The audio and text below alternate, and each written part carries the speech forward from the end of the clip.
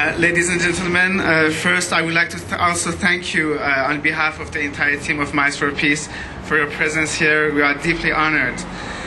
We hope that in this brief moment of dialogue, we can convey to you, to the best of our abilities, the concerns, the hopes, and the messages of the Iranian people as we have lived and experienced them.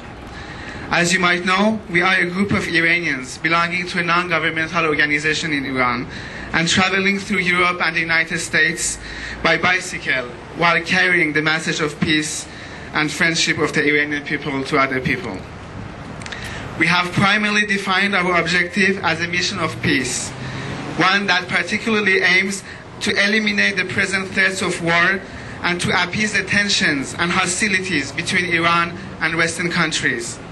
For this, we have traveled through 5 different countries, talked to thousands of people on the streets, met with elected representatives, cultural figures, religious leaders, students, artists, the press. We have tried to show the true image of Iran, the humanitarian and peaceful nature that has constantly manifested itself through our history, art, and literature. However, we are conscious that reaching a permanent state of world peace and stability requires more than a casual dialogue. It requires a shift in paradigms towards a more holistic approach, one that weaves together the many different struggles, experiences, and values of humankind. An approach that recognizes that the struggle for peace and stability, the one for sustainable development, poverty reduction, and environmental protections, and ultimately the quest for spirituality and the deeper meaning of life are closely interrelated and integrated. Through centuries of intellectual and physical struggle against dogmatism, superstition, and oppression, the Western world has succeeded to give a social and political expression to some of the most essential elements of human happiness: individual freedom, equality, and justice. Values that are the foundations of the Charter of Human Rights, which is the greatest gift of the Western world to the human civilization. But another essential component of human prosperity and inner peace is spiritual wisdom, a kind of wisdom that helps people connect with their true selves and become free from all egocentric attachments and see humanity as one undivided entity.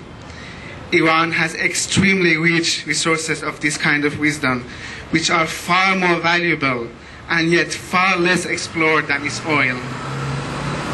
We believe that it is only by sharing our experiences and combining our values that we can reach a true state of permanent peace, to combine liberty, equality, and spirituality. As the contemporary American philosopher Ken Wilber says, we cannot simply recommend love and compassion per se for those still unfold from egocentric and ethnocentric to world-centric. And do we really want to increase the ethnocentric love?